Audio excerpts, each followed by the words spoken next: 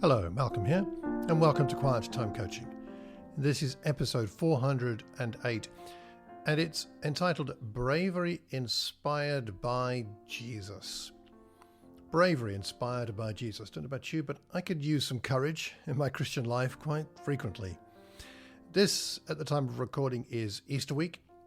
Recording this on the Thursday before Easter Sunday, and in preparing material for Easter Sunday, I have been inspired by the conspicuous courage of the women at the cross and at the empty tomb.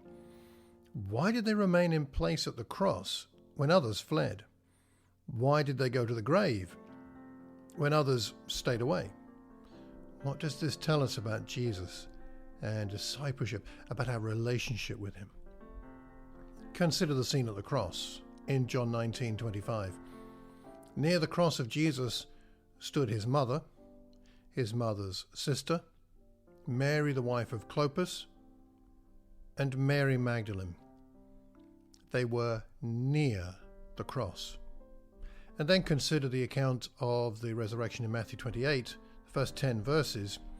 We find that on the first day, Mary Magdalene and the other Mary went to look at the tomb. There's an earthquake, the tomb is opened, the stone is rolled back, there's somebody there, the guards are afraid. And then the angel said to the women, "Do not be afraid. I know you're looking for Jesus, the one who was crucified. He's not here. He has risen, just as he said. Come and see the place where he lay. Then go quickly tell the disciples, he's risen. He's going ahead of you to Galilee. There you'll see him. Now I've told you." The women hurried away from the tomb, afraid, yet filled with joy, ran to tell the disciples, and suddenly Jesus is there. "Greetings," he said. They clasped his feet, worshipped him, and Jesus said to them, "Do not be afraid. Go and tell my brothers to go to Galilee. There, they will see me." And indeed, that is exactly what they do. There's an emphasis there on not being afraid. And Jesus is the one. Jesus is the one who gives them such courage. I mean, what inspired the bravery of the women to remain near the cross and the courage to proclaim the resurrection? The location of the cross was dangerous. Certainly, perhaps the men would have been in greater danger than the women in that culture, but nonetheless, women could have been arrested and even crucified.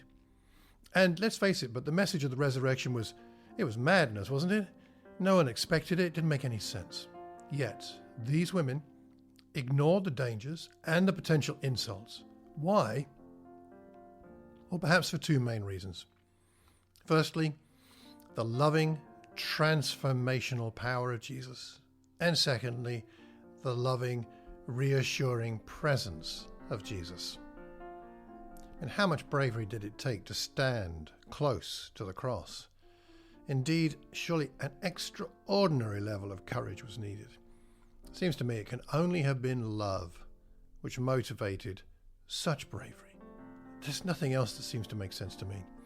Jesus loved his followers and his family, and they in turn loved him.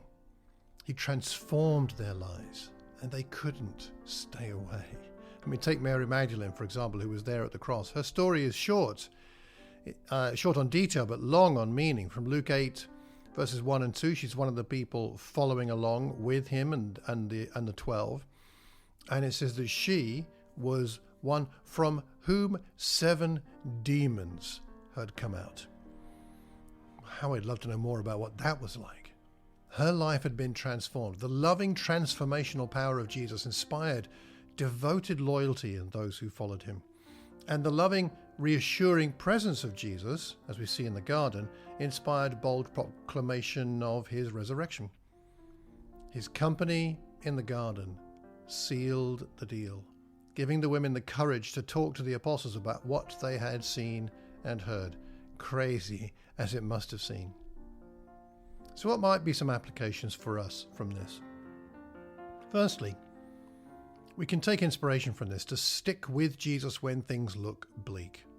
The women there near the cross didn't have any particular hope for a good outcome, but they stuck with him, and they're an example for us. We at times need to remind ourselves of how much Jesus has already loved us and changed us to hold on then through the toughest times, being loyal to Jesus, and then trusting that actually we will see Easter morning if we hold on. And I think the second application could be simply this. You and I struggle, I'm sure, with being afraid of people.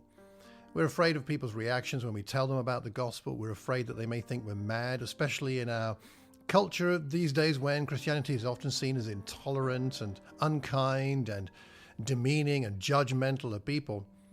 But when we're fearful of other people and their possible reaction to the message of the resurrection, these incidents remind us to go away for a while and rest in the presence of Jesus, in that garden with him, until his presence, until his reassurance fills us with the courage we need to speak about him to other people. His presence gives us courage. Then, though we may feel afraid, we don't have to act within the limits of that fear. So to wrap up, the courage of the women at the cross and the empty tomb is an object lesson to me and to all of us. It tells us what discipleship looks like. It is sticking close to Jesus when things are bleak, when they make no sense, and potentially place us in danger.